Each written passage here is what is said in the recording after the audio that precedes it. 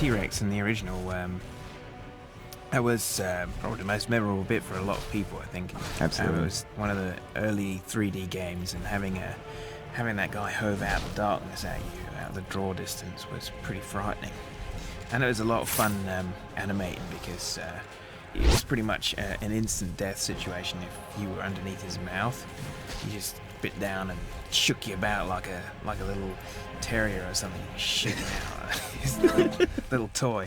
Little legs would fly everywhere, and then he'd spit you on the ground, and it was all part of the fun. That kind of was the basis for always making Lara's deaths as horribly cruel and painful looking as possible in the first game. And now he's back, and he's a good deal bigger than he was.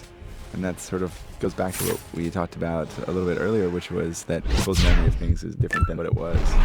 We made the T-Rex originally about half the size he is now, and ended up having to double him in size to sort of ramp up the feel and the intensity and make him scary and everything still.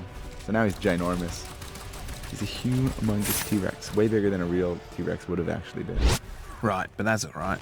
And then obviously adding in the kind of concept that you use the environment against him instead of just shooting him, because that was always the problem with the TR1 bosses, was that we didn't have time to really do anything special for the fights against the bigger monsters. It's still just essentially just putting as much lead in them as physically possible. Adding in the environmental stuff to this seemed like the most sensible way to big up that combat.